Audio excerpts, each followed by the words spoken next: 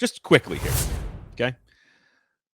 Gave up a lead, gave up a double-digit lead. Back-to-back block punts. 4 injuries to arguably the 2 most important players on the team.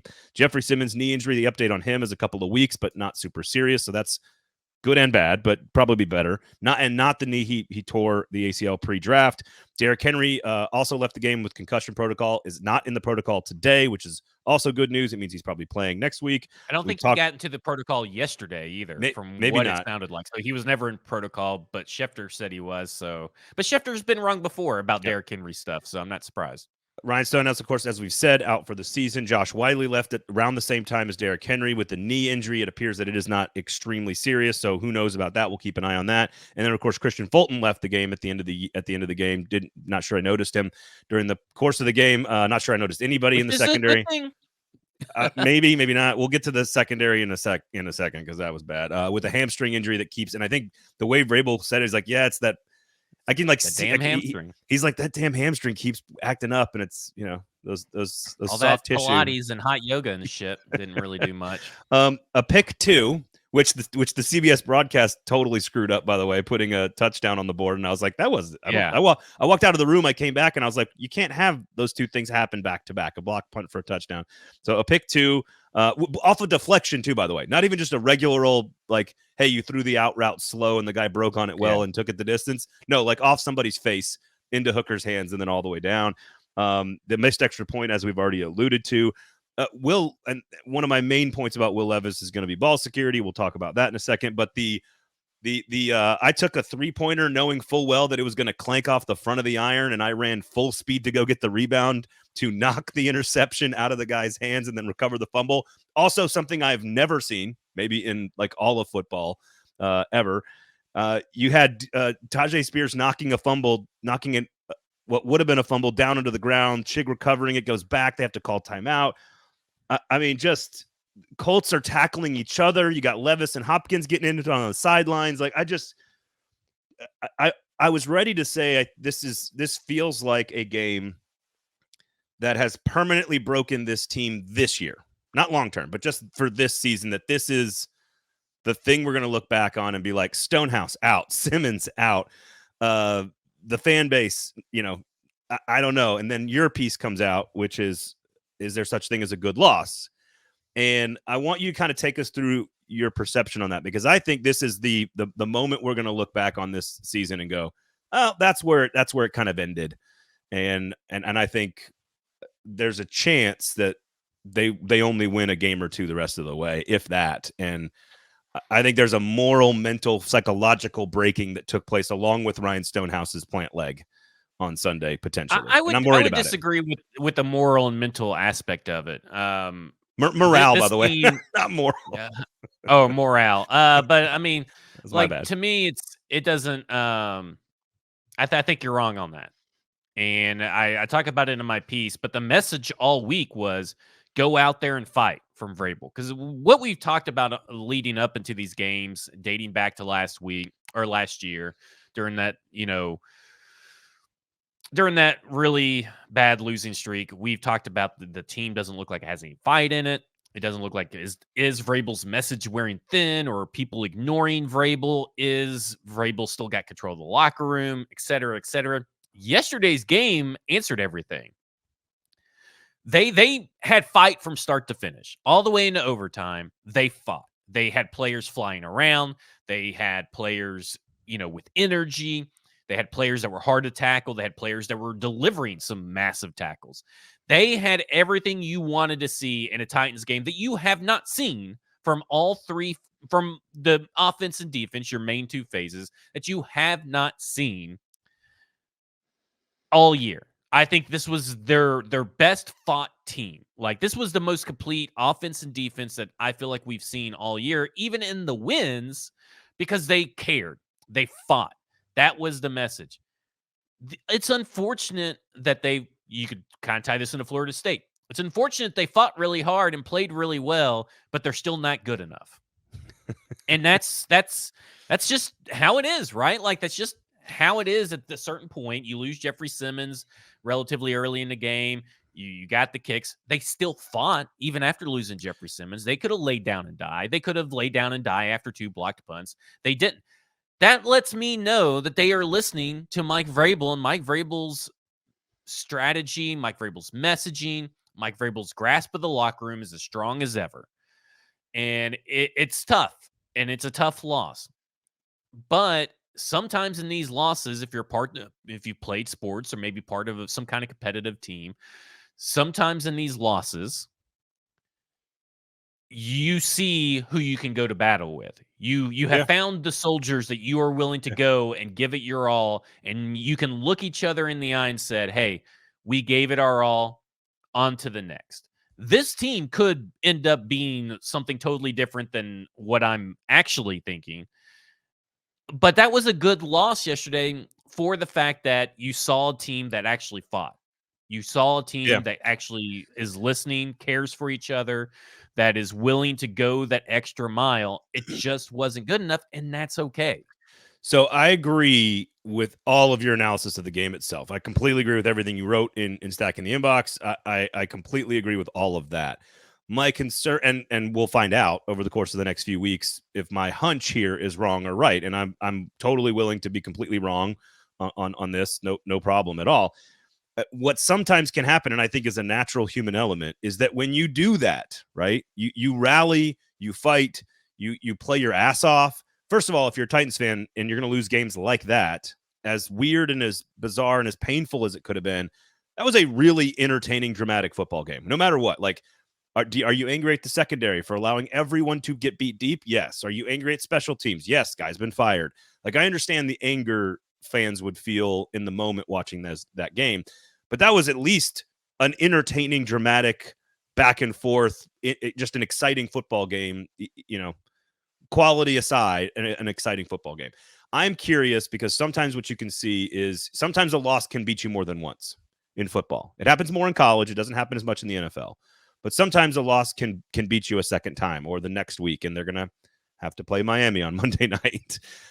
So they're going to lose, but it's not going to be because of this game. What I'm worried about is that sometimes there can be a tipping point in a season where you've been battled. You did rise to the occasion. You did heed the strategy and the culture message from Vrabel, and you did do all of that. And not only was it not good enough, but we lost like our 2 best players, and like, you see what I'm saying? And it was our arch. Hey, we got up for our arch rival. It was good. It took 3 fluke plays, right? It took the 2 blocked punts, and it took having to put Ryan Tannehill out there. Other than that, it was good enough. I mean, their good enough was good enough to beat the Colts, but they still lost. So, like, I think that's the message, right? That's the message to keep it going. If you're Mike Vrabel, you say it took 2 damn blocked punts and our backup quarterback going out there and being the holder on a field goal for us to lose this game. You guys did it. You guys fought hard, and we got a tough Monday Night Football matchup. We're going to have an extra day to prepare or an extra day of rest. I don't know how they actually use that, those days and all that kind of stuff heading into Monday Night Football. And nobody expects us to win, but we know that you have brothers and soldiers beside you that are ready to go to war, and we can win this game even though everybody else. That's what good coaches do, and that's what I know Mike Vrabel is doing some form of that out. Again, may not be good enough because this is not a good team. Right. But that's okay. And I feel like, it's a bad loss. I mean, I get what you're saying. It can snowball, but I think that snowballing is over. They already know that they snowballed, right? Like, I mean, they're bad. Avalanche and all that. So now it's time to rally the troops. And if they had came out and maybe lost the game, but in a different fashion, or maybe even if they lost a close game and the players and the coaches acted differently during the game or played with less effort, yeah, sure. There is no such thing as a good loss. I think the effort to me, it shows it's not really that I think that they're going to win anymore, but I think that you have I think all the players have bought it. It tells more about Mike Vrabel than it does anything else. And it tells more about the young players than it does anything else. I agree with you. I think for that to stay true, I think I just need to keep seeing it for the rest of the season. I'm not suggesting that they're not. I'd be concerned because the game of football is I think people think, and I say this about bowl games all the time. It's like, oh, when they say that, like, oh, this team doesn't care. They didn't start their players. Like, they don't care about a bowl game. I'm talking about 5 to 8 to 10% less energy and focus and effort. It's not like a team gives like 5% effort. Like, no. And in the NFL, and Elliott says, I could see some of the vets or dudes on their way out, regardless, taking their foot off the gas. It's the young dudes competing for future spots that I can see still working hard. All very valid and smart points. But the issue in the NFL is you don't have to, like, it could be subconscious that drops you that 4% or that 6% effort. It doesn't mean that you're like loafing or taking time off or not bought into the message. I think some people can't afford to do that if they want a second contract. There's a lot of people on 1-year contracts. There's a lot of people on this team that can't afford to take anything off. What I'm saying is there's a natural, when you do buy in like that, and you were like, all right, it's almost like I'm trying to come up with a good analogy. Like, an underdog basketball team in the tournament, like the 12 seed, right, is playing against the 5 seed, and they're down by 15 the entire game, and they rally and they start knocking down shots, and they build and they build and they build and they build and they build and they catch the team, and all of a sudden there's 6 minutes to go and they're down by 2, right? Like, you've bought in, you've given everything you've got, the energy and the motion, you're playing your ass off, you're totally bought in, and then like the big Power 5 team just does the one thing because they're better. And all of a sudden, like, that breaks you're like, shit, we just busted our asses to get back in this game.